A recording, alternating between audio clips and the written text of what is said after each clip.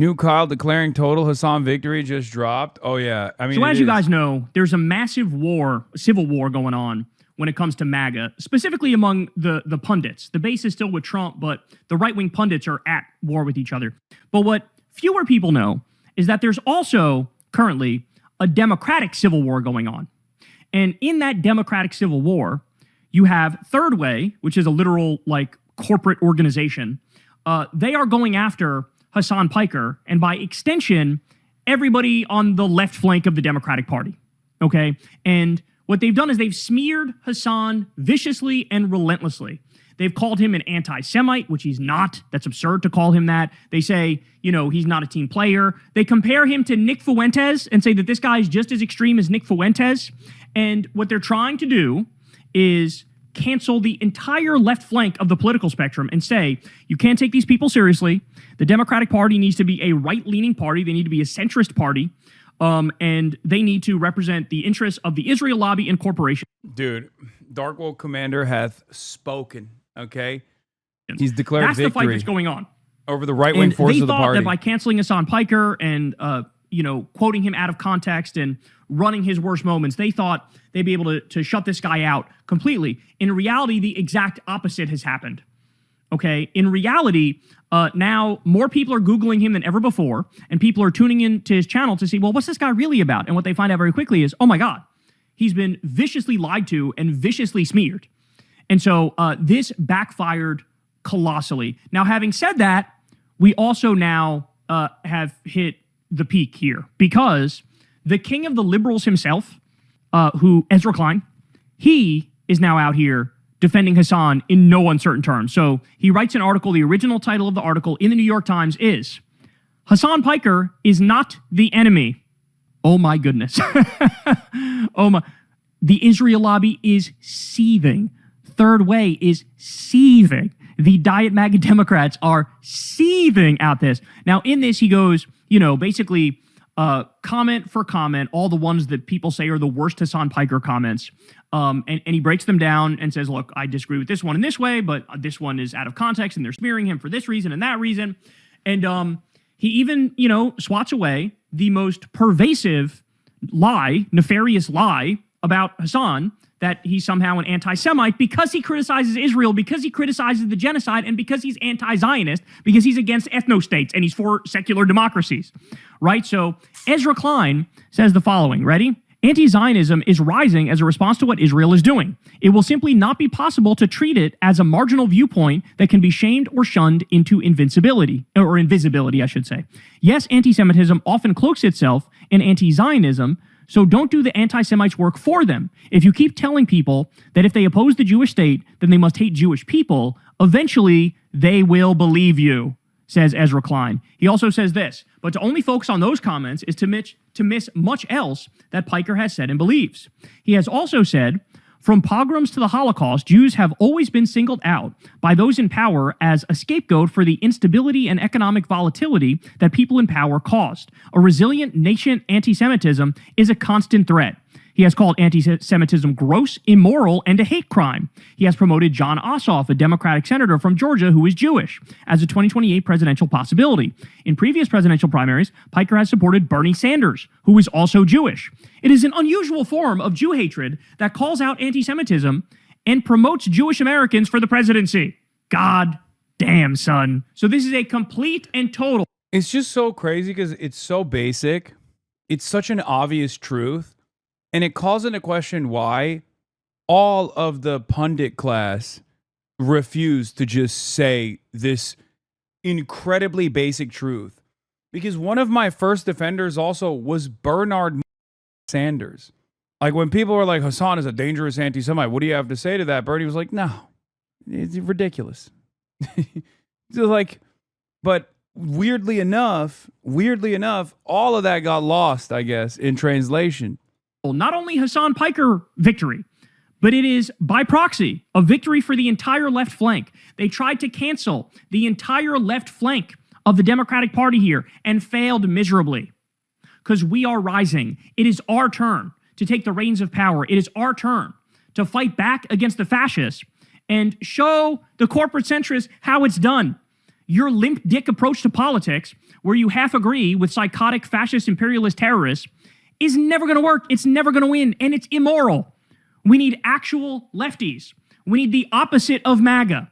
And now we're going to teach you a lesson, and we're going to show you how this thing goes, okay? Hasan also went on another place, which I think it's fair to call the king of the liberals here. Ezra Klein is the king of the liberals, and then I guess you could call PodSave like the liberal lion's den or something, right?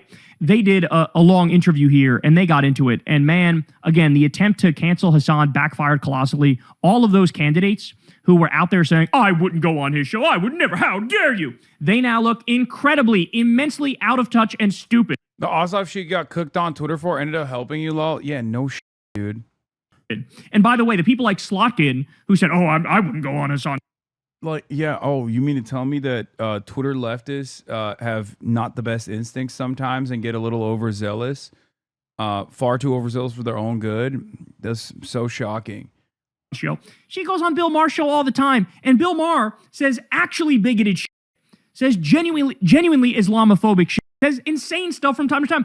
By the way, Bill Maher said about the 9/11 hijackers, well, they weren't cowards. Say what you want about them, but they definitely weren't cowards. They flew a plane into a building.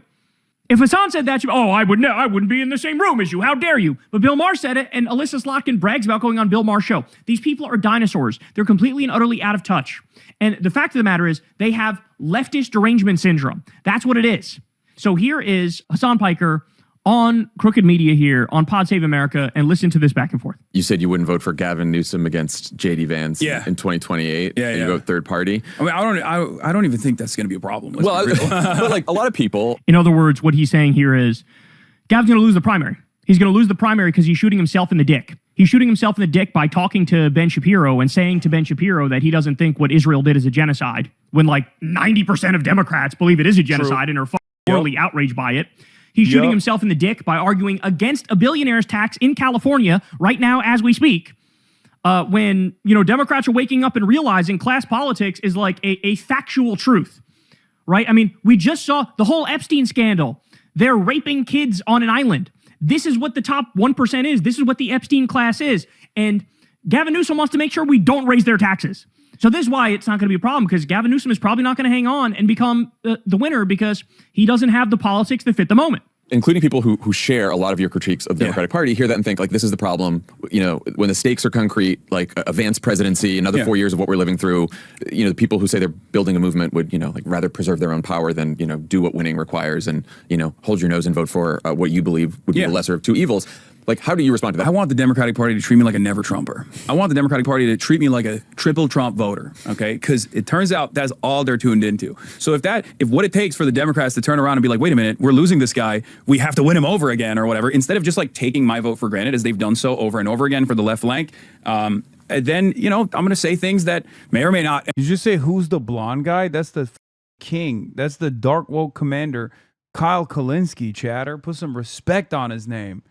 End up being true, but it doesn't matter. We're so far out from the election anyway that it's like I'm just saying, look, now is your opportunity to find a good candidate instead. But you see, as we head into these, that like after what we've lived through these last years, the stakes and the stark difference between even a Democrat who you and I might find not up to par, to say the least, versus Vance or whoever the fuck you put up. Of course, I mean, I hate Republicans. I oppose them. I say that all the time. I think that the Republicans are far more damaging. The biggest terrorists. The biggest domestic terrorist in this country, the biggest terrorist internationally, is the Republican Party. And not only that, but it's just like I want to fight against the growing fascist movement in this country. My frustration with the Democrats is their conciliatory attitude towards that, and their lack of investment in this struggle. This idea that, on the one hand, you say Donald Trump's a dangerous force. I see that. I recognize that. But then you turn around and you take on his anti-immigrant narratives and anti-immigrant messaging from the 2020 election that you won. By the way, that's a bar. The Republican Party is the biggest terrorist organization on the planet. That's a bar. That's also something I've been saying for a long time. Like, you guys know my whole spiel. It's a fascist, terrorist, imperialist death cult. That's what the Republican Party is at this point. So I'm in total agreement with the Democrats and the liberals when they say, like, listen, when push comes to shove, whoever the fuck through the primary, not only will I vote for them, I will crawl over broken glass to vote for them, without a doubt. Okay? So, like, that's going to happen regardless. Having said that, we can do better than Newsom. We can do better than people who are constantly cucking themselves to MAGA and the Republicans, okay? That's the part that people need to realize, that part of politics is throwing around your weight and saying, listen, I want to support you, but here's what I want. Here's what I want. There's a clip of Kamala Harris talking about how we need to be more transactional in our politics. Don't be afraid to speak up and say, you want my vote? Here's what I want from you. I'm not asking. I am demanding you end the illegal and offensive war against Iran. I'm demanding that you do that, okay? Like, this is how politics functions. And everybody seems to understand that unless and until it's a left-winger who's saying, look, we're years out from the election, but I'm just telling you right now, this is the path I want you to take, and this is the path to victory. Somehow it's a scandal whenever somebody on the left says it. And by the way, all of the polling data backs up what the lefties always say. Like, hey, an ideal Democratic candidate would want Medicare for all. They'd want a living wage. They'd want free college. They'd want universal child care. They'd want to raise taxes on the wealthy. They'd want to end the wars, okay? They'd want to arrest the Trump regime thugs and criminals, arrest the Epstein class criminals, okay? They would realize that the enemy are the billionaires and the fascists and the warmongers. This is like basic shit, right? And we're allowed to have our preferences. We're allowed to voice our opinions. We're allowed to say, hey, that Democrat is way too cozy with MAGA and far too right-wing and far too corporate. You need to be allowed to say, especially years out from a election. Yes, if it's the day before the election, everybody should be, like I said, I crawl over broken glass to vote for any Democrat against this terrorist organization that we call the Republican Party. But like, there's a time and place for a primary and for a fight and to pick who's going to be the standard bearer. And the point that Hasan is making is, hey, like the Clintonites, you've had your chance like multiple times over, bitch, right? And what happened? You kept losing. And so instead of shunning and disrespecting and spinning the eye of the left, maybe you should learn from the left, especially when you have right-wingers like MAGA people who are saying. The focus on child games is so great that law enforcement are privately employing terms like cloud chasing and aura farming in its intelligence reporting. See the article. The FBI has new target, preteen terrorists. Wait, what? Bleach your hair. I mean, at this point, I might as well. You know what I'm saying? Openly, I would never vote for a Democrat under any circumstances whatsoever. Okay, then why are you bending over backwards to try to please them when you should be trying to please people like Hasan who are telling you, look, I want to vote for you. Here are my conditions, right? So, I mean, it's flawless victory for the left, flawless victory for Hasan. And if you go and you read the comment section of the New York Times piece that Ezra Klein wrote and read the comment section of the Pod Save America podcast, you'll find out very quickly it's over. It's over. We won. The left has won the Democratic Civil War. There is no coming back for the corporate centrist diet MAGA hacks. You're too cozy with the right. You're too cozy with power. You're too cozy with big money. And like, now is our moment. It is the Democratic Tea Party moment. And so that's what we're about to get. We're about to see what it's like when the left actually has. The difference between 2016 and 2018 versus this time around, by the way, is that the liberals were in charge of the hashtag resistance against Donald Trump last time around. This time, they just totally gave up. They engaged in unconditional surrender against the Trump regime. And when the liberals were in charge of hashtag resistance, you mean 2020? No. I'm talking about specifically 2016 and 2018 when Trump was president and liberals were in charge of the resistance. Their focus was about pushing the needle on social progress in an effort not to have a sincere conversation about economic progress. They rarely ever genuinely defended economic progress. As a matter of fact, people will say, oh, how can you say that? Kamala Harris and numerous other Democrats voted in favor of Medicare for all. Well, guess what? Those guys weren't serious about it at all. In 2020, they literally coalesced around Joe Biden so that Joe Biden could tank Medicare for all, being the prominent fixture of the 2020 race against Donald Trump, shepherded by Bernard Sanders. Okay? This time, things are very different. This time, you actually do have Democrats out there in large numbers running around advocating for Medicare for all openly, advocating for a split from Israel openly, especially considering that that's a fairly important policy difference between regular Democrats, centrist Democrats, Israel First Democrats, and the actual left flank. That's a major problem for the centrist Democrats. But in terms of changing the Democratic Party's makeup into one that doesn't compromise on social issues and doesn't have to compromise on social issues because they are advocating for policies that materially improve the working class or the working class's lives.